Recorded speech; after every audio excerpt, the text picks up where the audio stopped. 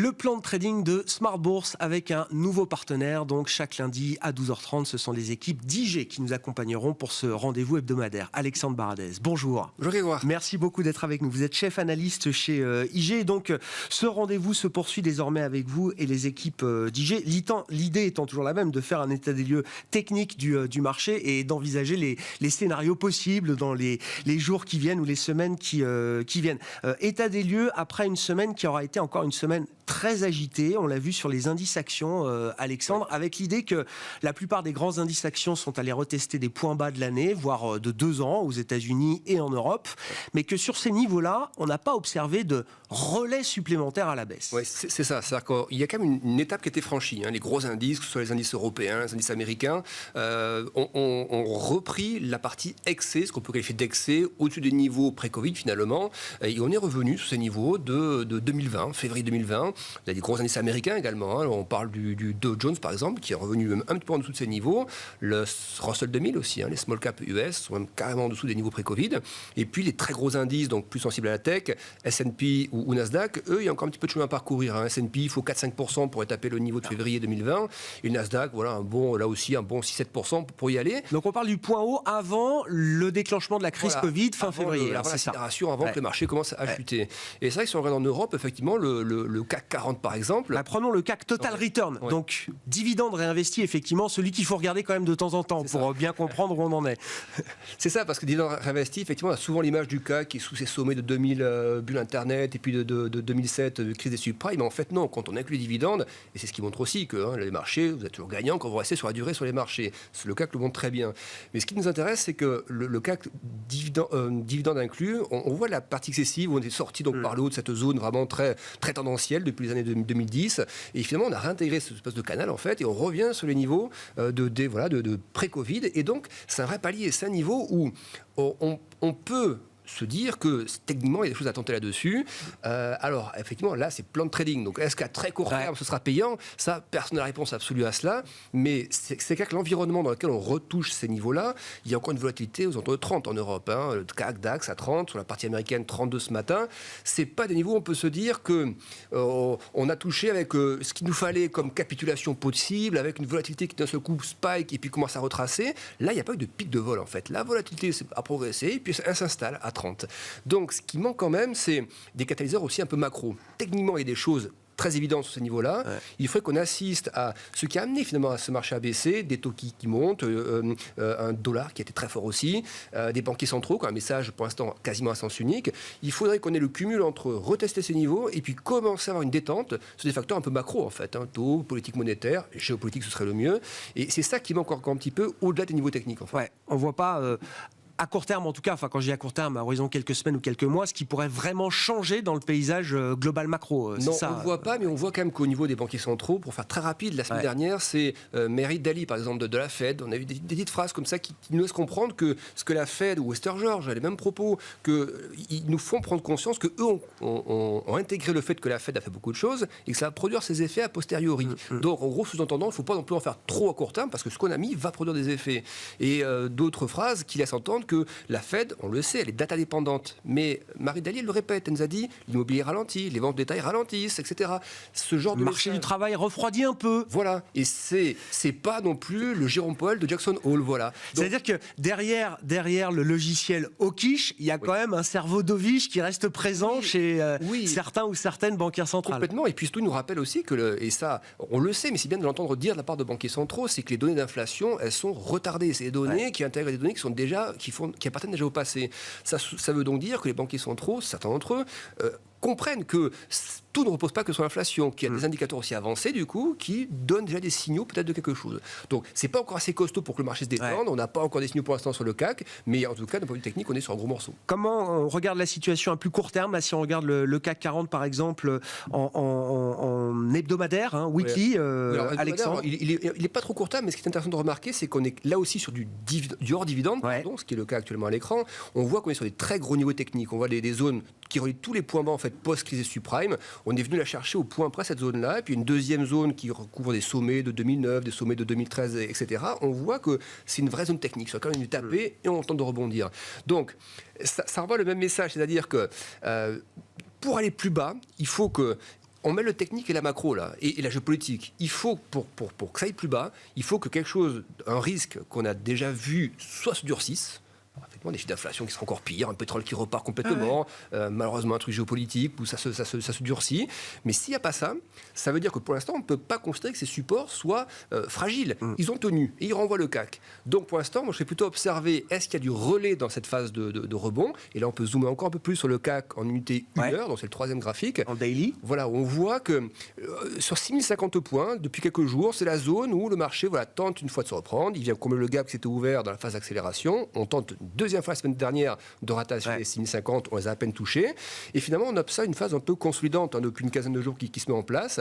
Et donc, ce qu'il faut regarder là, c'est, on va pas essayer de deviner si on est sûr que ça aille par le haut ou par le bas. Par contre, c'est une fois que le marché oscille, s'il va une troisième fois à 6050, sur par exemple une détente des taux US, sur un euro qui rebondira un petit peu, ce qu'on vient de décrire là, une donnée qui fasse que le marché ait envie d'aller chercher 6050 une troisième fois. Dans ce cas-là, ça peut être intéressant de chercher effectivement l'accélération jusqu'à l'oblique. On voit une oblique qui passe par les creux de juin-juillet et qu'on retrouve ensuite au mois d'août. Elle n'est pas beaucoup plus haut dans la zone des 6200 points. Mais ça donnerait après 150 points de target à aller chercher sur un petit rallye court terme pour le marché. Donc on voit comme ça les marges de progression si on commence à sortir sur les 6050. Mais à ce stade, c'est vraiment une logique de range qu'on décrit, Alexandre. Oui, ce serait pas...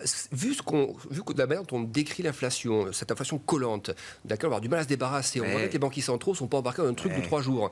On rappelle quand même, 300 points de base de hausse de taux de la Fed. On a eu le core CPI year on year, le plus élevé du cycle à 6,6%. On peut discuter de tous les détails qu'on veut. Je veux dire, ça reste quand même pas bon pour la Fed. Ça reste pas bon et puis ça va pas s'évaporer. On peut avoir effectivement un Q4 où les chiffres s'améliorent. Ce sera probablement le cas parce qu'en amont, regardez la semaine dernière, on a eu les prêts d'importation par exemple, qui ont tous des niveaux qu'on n'avait pas connus depuis presque un an et demi. Ces niveaux qu'on avait presque, pas tout à fait, mais déjà en 2014-2015. 6% de progression des prix à l'importation, c'est pas les 12% qu'on avait encore au mois d'avril. Donc tout ceci, ça va infuser progressivement en aval. Sauf que on sent qu'on a quelque chose d'assez inerte. Et donc, il serait pas illogique d'avoir un CAC effectivement qui a beaucoup baissé sur des facteurs bien identifiés et qui, à un moment donné, quand ces facteurs se cristallisent un peu mais ne s'évacuent pas, eh bien une zone un peu plus latérale en fait. Et c'est un peu le risque, c'est que si le marché tape 6050, on peut tenter d'y aller parce que si le marché a envie de faire 150, il faut y aller. Mais si ça ne paye pas tout de suite et que le marché se replie de quelques dizaines de points, il ne faut pas insister. C'est-à-dire qu'il n'est pas encore assez mûr pour y aller. Soit il paye très vite et on prend 3% de hausse assez rapide. Si ça commence à hésiter au bout d'une heure, 2 heures, 3 heures, 4 heures et qu'on réintègre cette zone, ça veut dire que le marché a encore envie de rester dans cette zone, quoi, tout simplement. Fondamentalement, cette logique de range, ça peut être très pénible évidemment pour les investisseurs. En même temps, ça nous dit qu'on a intégré quand même un grand nombre de risques à la baisse. Oui. Et ça nous dit aussi qu'on n'a pas envie de repartir tout de suite, peut-être dans un enthousiasme, voire une euphorie boursière qui a été franchement calmée depuis quelques mois. C'est plutôt sain finalement. C'est ça, et puis en plus, il y a des alternatives. Les alternatives sont obligataires. Vous avez des rendements en court terme qui sont assez formidables aujourd'hui. Alors certes, en taux réel, c'est un petit peu bon quand même, mais il y a quand même du rendement, même en réel aujourd'hui, positif sur des taux 10 ans US par exemple. Donc c'est vrai que l'investisseur a du choix. Il a du choix, exactement. Il a du choix. Et pour que ce choix, cette vision du choix soit modifiée, il va falloir que dans les 3 gros facteurs de risque, notamment géopolitique, monétaire et puis la partie macro-globale, il faut que ça change un petit peu. Alors c'est vrai que le congrès du parti, vous en avez parlé, il n'y a pas eu de game changer dans ces annonces pour l'instant. Le congrès va encore durer. Quelques petits trucs sur la technologie, où on apprête un peu l'oreille quand même. Xi parle de besoin de renforcer cet aspect technologique. Est-ce que c'est une porte qui va s'ouvrir sur un peu plus de souplesse pour la tech qui a vraiment été mise sous couvert depuis 2021 sur l'aspect réglementaire peut-être? On pourrait voir ce qui met sa pochette sur l'aspect surveillance, l'aspect contrôle. Donc voilà, chacun y voit un petit peu ce qu'il a envie de voir, mais on va regarder aussi ces facteurs alentours. C'est-à-dire que le CAC est très sensible à la Chine aussi, via des sociétés qui exportent aussi. Ce qu'on note simplement, c'est que les valeurs cycliques depuis quelques jours tiennent un poil mieux que les valeurs purement croissance. Ouais.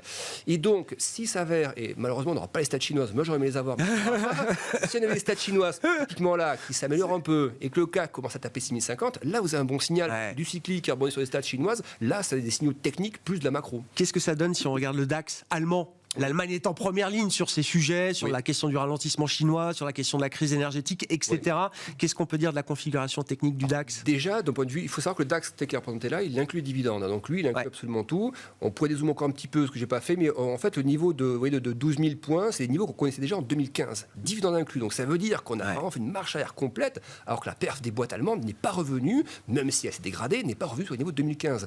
Donc il y a quand même un sacré retour en arrière, et techniquement en plus, des niveaux qui parlent ça pour les algos. algos, pour les gérants aussi. Vous avez des grosses obliques comme ça qui passent par des creux formés post-crise des émergents. Vous avez des obliques qui passaient par les niveaux de Covid, le sommet pré-Covid, puis un deuxième sommet avant une rechute du DAX. C'est des niveaux qui sont très visibles et qui correspondent à des niveaux de retracement de 50% de l'indice de tout le rallye post-Covid. Ouais. C'est un vrai up technique en fait. C'est puissant quoi. C'est puissant et donc un investisseur, il trouve du grammout là-dedans. Ouais. Un investisseur, la question ne se pose pas, c'est des niveaux intéressants. Le trader, il est scotché dans une zone où il voit bien que ça aussi, c'est une zone pivot. Donc, il n'y a pas matière à être ultra vendeur si vous n'allez pas retaper les zones à 11 006, 11 007. C'est ça les zones dangereuses. Il faut qu'on ait, pour shorter, il faut que vous ayez un truc qui vous dise j'ai envie de le faire. Shorter un indice qui a déjà retracé 50% d'un nombre rebond. Il faut se dire il peut perdre encore 10, 15, 20%. Il peut, mais il faut qu'il y ait un truc qui fasse peur et qu'on n'ait pas encore vu. Donc, il faut déjà un signal technique. Tant qu'on n'y est pas, moi, je suis pas très favorable pour ce genre de scénario.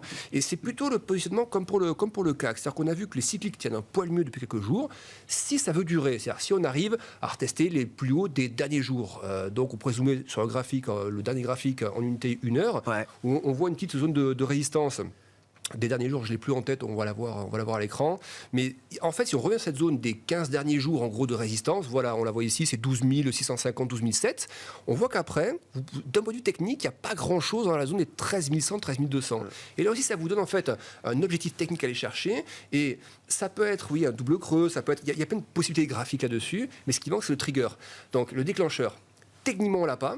Si vous avez une bonne news, des taux qui refluent par exemple, ou une rumeur sur une banque centrale, comme la BCE, tiens, vendredi dernier, ou voilà, des sources de la BCE qui parlent, si ça vous déclenche le signal 12 007, derrière techniquement, vous pouvez chercher quasiment 400 à 500 points.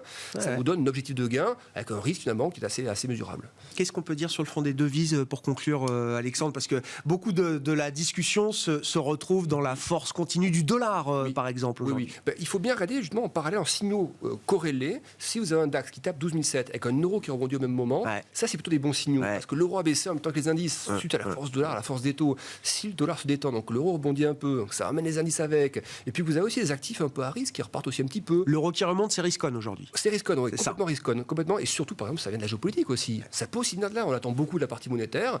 On a vu la semaine dernière, très très brièvement, Poutine a eu quelques déclarations. Alors encore une fois, on ne sait jamais ce qui est vrai, ce qui est faux, mais qui changeait un peu par rapport à les jours précédents. Ben, les indices, le DAX, le petit spike qu'on voit là vers 12 600 et quelques, ça s'est fait là-dessus. Donc, c'est-à-dire que le marché est prêt à un moment donné à acheter de ce qui serait le début d'une petite détente géopolitique. Reste à avoir la preuve d'un de ces éléments de détente. Et le marché est un peu comme Saint Thomas aujourd'hui. C'est-à-dire qu'il a vraiment envie de voir les choses les yeux dans les yeux avant de C'est ça. Et donc, pour le trading, il faut signal technique et il faut qu'il y ait un driver. Pas que du technique, il faut qu'il y ait un driver en plus. Et si en plus les volumes s'accroissent et que l'euro rebondit, là, vous avez les bonnes planètes qui s'alignent pour chercher effectivement 400, 500 points de plus. Merci beaucoup, Alexandre. Alexandre Baradez, donc, et les équipes d'IG qui nous accompagneront désormais pour les prochains mois pour ce plan de trading de la semaine à retrouver chaque lundi à 12h30 en direct sur Bismart et en replay, bien sûr, sur bismart.fr ou encore en podcast sur l'ensemble de vos plateformes.